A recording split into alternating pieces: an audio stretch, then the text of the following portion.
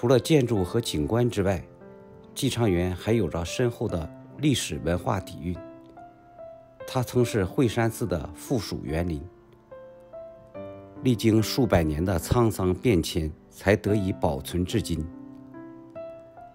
康熙、乾隆两位帝王曾多次下江南并游历于此，留下了许多珍贵的墨宝和诗篇。这些历史文化的印记为寄畅园增添了更加厚重的底蕴。游览寄畅园并不需要花费太多的时间和精力，它虽然面积不大，但布局紧凑而精致，每一个角落都充满了惊喜和美感。你可以沿着蜿蜒曲折的小径漫步其中，感受它的清幽与雅致，也可以坐在亭台楼阁中品茗赏景，享受片刻的宁静与惬意。还可以聆听导游讲述那些关于寄畅园的历史故事和文化传说，感受它的魅力与内涵。在这个节奏的现代社会中，能够找到这样一处静谧的心灵之所，实属不易。寄畅园正是这样一处能够让人放慢脚步，静下心来欣赏美景，感受文化的地方。它不仅是一处旅游景点，更是一处心灵的栖息地。如果你厌倦了城市的喧嚣与忙碌，不妨来寄畅园走一走，看一看。相信你一定会被它的美景所吸引，被它的文化所感染，被它的静谧所治愈。在这里，你可以找回那份久违的宁静与从容，重新感受生活的美好与真谛。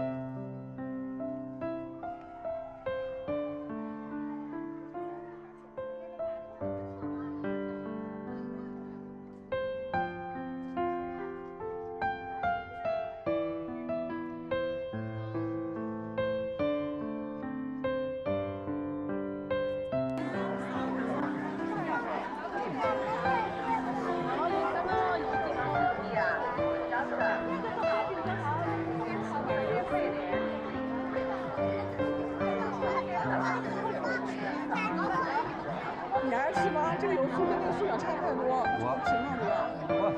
你来一个让他的问题一道，来一袋，咱仨吃，然后咱俩2道。行。玉点。先拍下照，绿点。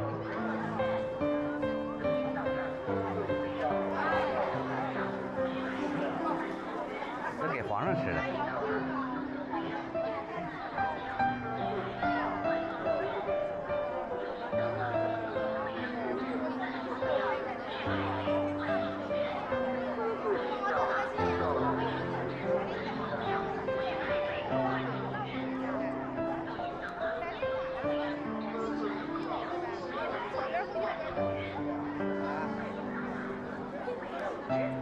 这一大挺实诚，你们离近点。13斤。啊，他这还可以，17块钱一斤。他这地方这多少钱？20块钱一袋儿。啊，物价控制的挺好。上这干啥呀？吃饭去。 2群园老菜馆啊。1点。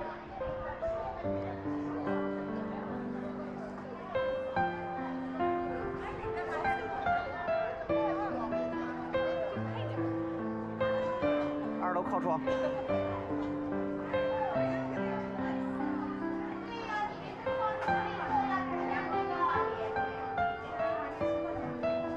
师妹在这边点炒菜上2楼，从这边上楼。炒菜啥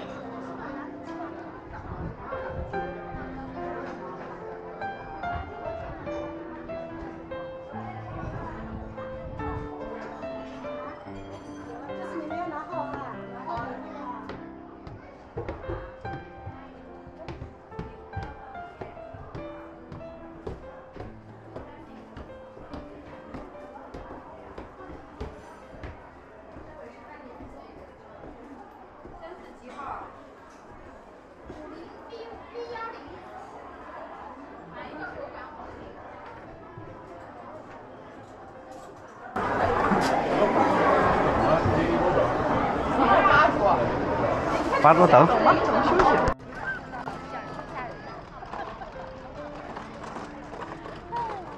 特别光线还不好。笑死我了。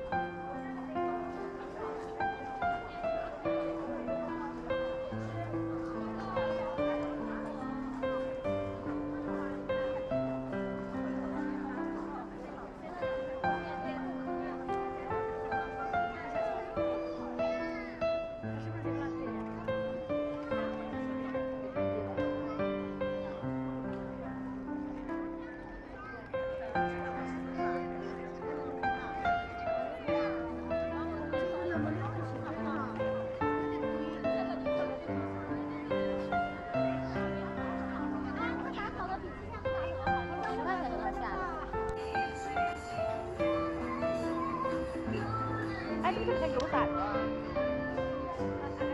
哦，哎，这就是那家。卖点来吗？不来了，这饱饱的了。哎，不想吃，咱整一堆油饼啊，油碳水。但这个东西2天你知道吗？就味儿江苏差了呢。这个产业是蓝油。啊，他葱回去葱啊。他有没有盒饭什么的？大家都认的。不是一收一啊茶包。啊，插包回去一冲就是啊，落伍了。咱跟孩子已经不是一个时代了，这玩意儿杯子里头泡点枸杞，就完事儿了。哎，你看这个，在多少看一下？哎，这银丝面啊，银丝面挺好吃。嗯，哎，挺好看，那个咱要在那个20元，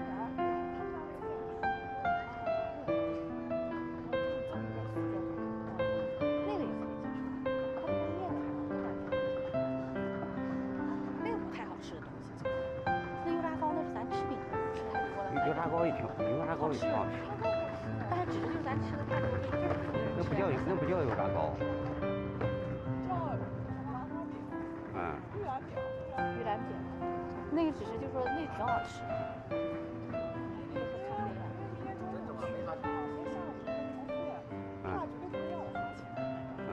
行，你买点东西。买点东西，对你别让人觉着怎么地似的。还要含票，含票的话就加9个点。呀，这上还有字呢。神是。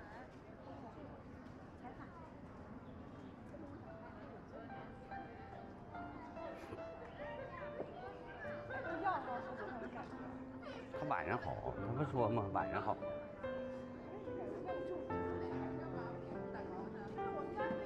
好大包的，好大包的装一个。